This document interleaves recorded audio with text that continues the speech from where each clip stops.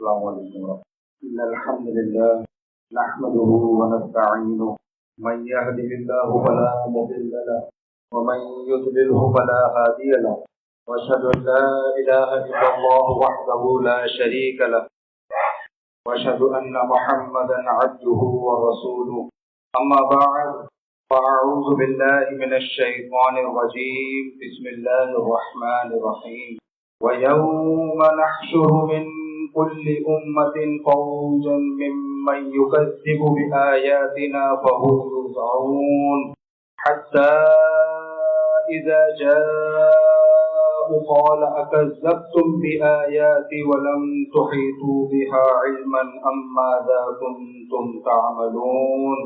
معزز سامعین، آپ کے سامنے قرآن مجید فرقان حمید کی سورہ النمل سے دو آیات تلاوت کی ہیں، آیت نمبر 83 اور 84۔ یہ مکی دور کی سورہ ہے، اس میں 93 آیات اور 7 رکوعات موجود ہیں۔ فرض کریں کہ آج حساب و کتاب یعنی محشر کا دن ہے، تمام مخلوق اللہ رب العزت کی بارگاہ میں موجود ہے۔ اللہ رب العزت کا آوازہ بلند ہوتا ہے کہ اے اولاد آدم، میں نے تمہارے درمیان کتاب بھیجی، میں نے ایک نصیحت تمہارے لیے اتاری، میں اپنی آیات تمہارے درمیان لے کر آیا، تمہارے دل و دماغ کو اس کو موضوع ماننے کے علاوہ کوئی چارہ نہیں تھا۔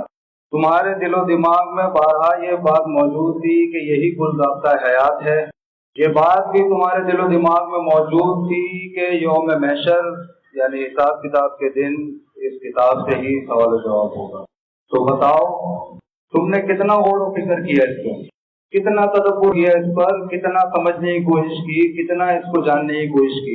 میں یہ چاہتا ہوں کہ یہاں بیٹا ہر ایک شخص یہ سوچے کہ جب اللہ رب العزت یہ سوال کریں گے تو ہم کیا جواب دیں گے، کیونکہ اس روز تو جن لوگوں نے اس کا علم حاصل کرنے کے لیے غور و فکر کیا ہوگا، تک و دو میں لگے ہوں گے، جنہوں نے محنت کی ہوگی، جنہوں نے اس کے لیے وقت نکالا ہوگا، وہ بھی یہ سوچ رہے ہوں گے، ان کی بھی سوچ کا یہ مقام ہوگا کہ ہم نے کچھ نہیں پڑھا، حالانکہ انہوں نے کوششیں کی ہیں۔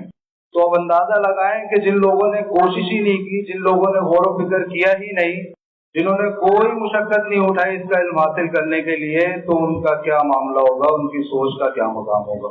تو یہی بات اللہ رب العزت سے بیان کرتے ہوئے فرما رہے ہیں، جو آیات میں نے آپ کے سامنے تلاوت کی ہے۔ فرمایا وَيَوْمَ نَحْشُرُ مِن كُلِّ أُمَّةٍ فَوْجًا مِّمَّن يُكَذِّبُ بِآيَاتِنَا، اور جس دن جمع کیے جائیں گے ہر ایک امت میں سے گروہ کو جو جھٹلاتے تھے ہماری آیات کو، فَهُمْ يُوزَعُونَ، پھر ان کی چھانٹی ہوگی، ان کو الگ الگ کیا جائے گا۔ حَتَّى إِذَا جَاءُوا، یہاں تک کہ جب سب آ جائیں گے تو اللہ رب العزت فرمائیں گے اکذبتم بآیاتی، تم جھٹلاتے رہے میری آیات کو، وَلَمْ تُحِيطُوا بِهَا عِلْمًا، تم نے انہیں جاننے کی کوشش ہی نہیں کی، أَمْ مَاذَا كُنْتُمْ تَعْمَلُونَ، اگر یہی نہیں کیا ہے تو کیا کرتے رہے، اگر یہی مہلت جام ہے، کیا ہی نہیں ہے یہ کام، تو پھر کرتے کیا رہے ہو۔ تو لہذا ضروری ہے کہ اس پہ ایمان لانے کے بعد اس کو سمجھا جائے، اس کو غور و فکر سے پڑھا جائے، اس کو پہ عمل کرنے کی بھی کوششیں کی جائیں۔ دیکھیں میں یہ سمجھتا ہوں کہ عوام کے دلوں میں قرآن کی عزت موجود ہے، قرآن کی عظمت موجود ہے، وہ جب قرآن کو دیکھتے ہیں تو ٹھنڈی نگاہوں سے دیکھتے ہیں، ان کا ایمان یہ بھی ہے کہ یہ اللہ رب العزت کی آخری اور سچی کتاب ہے، انکار نہیں ہے کسی کا، یہ ہمارا مشاہدہ ہے، دیکھتے ہیں ہم۔ مسئلہ یہ ہے کہ جب وہ کوششیں کرنا چاہ رہے ہیں تو ایک رکاوٹ ان کے بیچ آ رہی ہے۔ یوں سمجھ لیں کہ ایک طرف قرآن ہے، ایک طرف عوام ہے، یہ بیچ میں جو خالی جگہ ہے وہاں یہ طبقہ موجود ہے۔ آپ لوگ سمجھ گئے ہوں گے، میں اس طبقے کا نام بھی نہ لوں تو بہت سے لوگ یہاں پہ بیٹھے ہوئے سمجھ چکے ہیں کہ میں کن کی بات کر رہا ہوں۔ اس طبقے کا تعلق ممبر و محراب سے، بقول لوگوں کے ان میں بڑے بڑے مفتیان، بڑے بڑے علامہ، بڑے بڑے ذاکرین، بڑے بڑے جو ہے محقق موجود ہیں، ان کی زندگیاں، ان کی جوانیاں، ان کے بڑھاپے مدرسوں میں ہی مر کھپ گئے، وہ طبقہ موجود ہے۔ وہ روکتا ہے، وہ ڈراتا ہے عوام کو۔ عوام اگر کوشش بھی کرنا چاہتی ہے تو وہ یہ کہتا ہے یہ تو تمہارے بس کی بات ہی نہیں ہے، یہ تو ہم سمجھائیں گے۔ اچھا یہاں میں ایک بات کی وضاحت کرتا چلوں کہ عوام بالکل ہی اس مقدمے میں قصوروار نہیں ہے، ایسا ہرگز نہیں ہے۔ عوام کو آسانیاں نظر آئیں تو انہوں نے اس معاملے کو چھوڑ دیا کہ نہ ہمیں کوشش کرنی پڑے گی نہ ہمیں محنت کرنی پڑے گی. جیسے معاشرے میں ہم دیکھتے ہیں کہ پورا ایک گارمنٹ انڈسٹریز ہے, کوئی کیمیکل انڈسٹریز ہے, اس طرح سے دین کی انڈسٹریز عوام نے ہی کھڑی کر کے دی ہے. ان کو بالکل قصوروار نہیں ہے, ایسا نہیں ہو سکتا. تو جب یہ کوشش کرنا چاہتے ہیں تو یہ خاص طبقہ کہتا ہے کہ ہم بتائیں گے اس کو کیسے عمل کرنا ہے. وہ بتاتے ہیں کہ اس کو تعویذ بنا کے لٹکا لو, اس کا ناظرہ پڑھ لو, اس کے رٹے لگا لو, اس کو حفظ کر لو. جب انسان مر جائے, مردہ پڑا ہو تو اس کے سامنے پڑھ دو, اس کا ختم کر دو. میں جس معاشرے میں پلا بڑا, جس جگہ میری پرورش ہوئی پیدائش کے بعد, وہاں ایک خاص طبقہ موجود تھا. 20 رمضان کے بعد آپ لوگوں کا بھی مشاہدہ ہوگا غالباً کہ وہاں آگے پیچھے سے آوازہ بلند ہوتا تھا مسجدوں سے, ظہر سے لے کے عصر و مغرب کے ٹائم تک, کہ فلاں مسجد میں ختم قرآن ہے, فلاں مسجد میں ختم قرآن ہے, فلاں جگہ پہ ختم قرآن ہے. جب اللہ رب العزت نے ایمان کی طاقت دی تو سمجھ میں آیا کہ اصل میں ان کا مقصد ہی قرآن کو ختم کرنا ہے. یہ جو آوازہ بلند کر رہے ہیں یہی ان کا مقصد ہے. قرآن ختم ہو جائے گا تو ان کے معاملات بھی آسان ہو جائیں گے, لیکن الحمدللہ قرآن نہیں ختم ہوگا. کوششیں پوری کر رہے ہیں.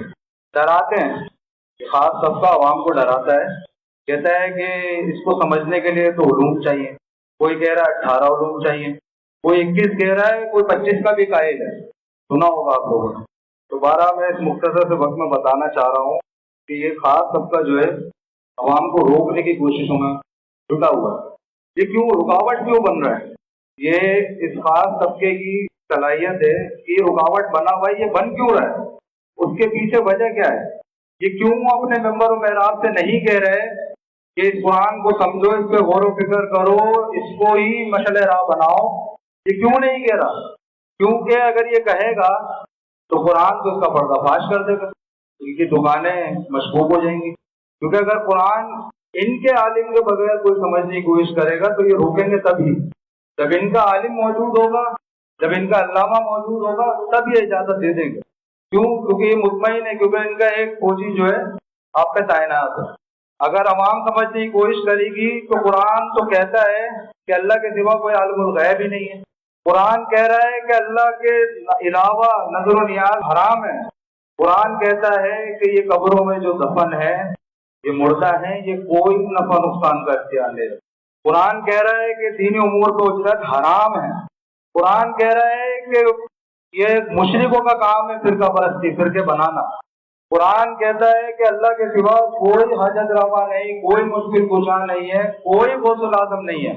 اللہ کے سوا کوئی ان کی دعائیں قبول کرنے والا نہیں. قرآن یہ بتا رہا ہے. قرآن تو یہ بتا رہا ہے کہ اللہ رب العزت بغیر کسی وسیلے کے لوگوں کی دعائیں, ان کی باتیں سنتا ہے. تو وجہ یہ ہے. اور ممبر و محراب کا یہ طبقہ جو ہے, یہ جو موجود ہے, یہ کوششوں میں لگا ہوا ہے. یہ چاہتا ہے کہ اپنے پھوکوں سے اللہ رب العزت کے نور کو بجھا دے, لیکن ناکام ہے. اللہ رب العزت نے قرآن کی اہمیت کو اجاگر کیا, فرمایا وَلَقَدْ يَسَّرْنَا الْقُرْآنَ لِلذِّكْرِ فَهَلْ مِن مُّدَّكِرٍ. اور یقیناً ہم نے اس قرآن کو نصیحت کے لیے آسان کر دیا ہے, تو کوئی ہے نصیحت حاصل کرنے والا؟ تو گزارش ہے اس پہ غور و فکر کیا جائے. اور سب سے خطرناک بات یہ ہے کہ انسان سوچے کہ رحمت للعالمین جو بنا کے بھیجے گئے, مومن کا ایمان ہے کہ وہ مومن کی شفاعت کریں گے, لیکن اللہ رب العزت نے ان کی شکایت بیان کی سورہ فرقان آیت نمبر 30 کہ رسول کہیں گے کہ رب میری اس قوم نے اس قرآن کو کھیل تماشا بنا رکھا تھا. تو بہتر ہے کہ اس کو سمجھا جائے, اس کے لیے تگ و دو کی جائے. اور ایمان لانے کے بعد جیسے میرے بھائی نے کہا کہ بالکل ہی ریلیکس ہو کے نہیں بیٹھ جانا ہے. ایمان لانے کے بعد تو معاملات اور سنجیدہ ہو گئے. ایمان لانے کے بعد ہی تو انسان کو اس چیز کی فکر ہونی چاہیے کہ اللہ رب العزت کا جو یہ خط ہے, اس میں اللہ رب العزت کیا بیان کر رہے ہیں, کیا بتانا چاہ رہے ہیں مجھے, کیا احکامات ہیں جن کے اوپر میں عمل کروں تو میں یوم محشر جو ہے اللہ کی بارگاہ میں سرخرو ہو جاؤں. تو اللہ رب العزت سے دعا ہے جو باتیں آپ بھائیوں کے سامنے پیش کی ہیں, اللہ رب العزت ان باتوں پہ پہلے مجھے پھر آپ سب بھائیوں کو عمل کی توفیق عطا فرمائے. اللہ رب العزت قول و فعل کی سزا سے بچائے. سبحانک اللہم و بحمدک اشہد ان لا الہ الا انت استغفرک.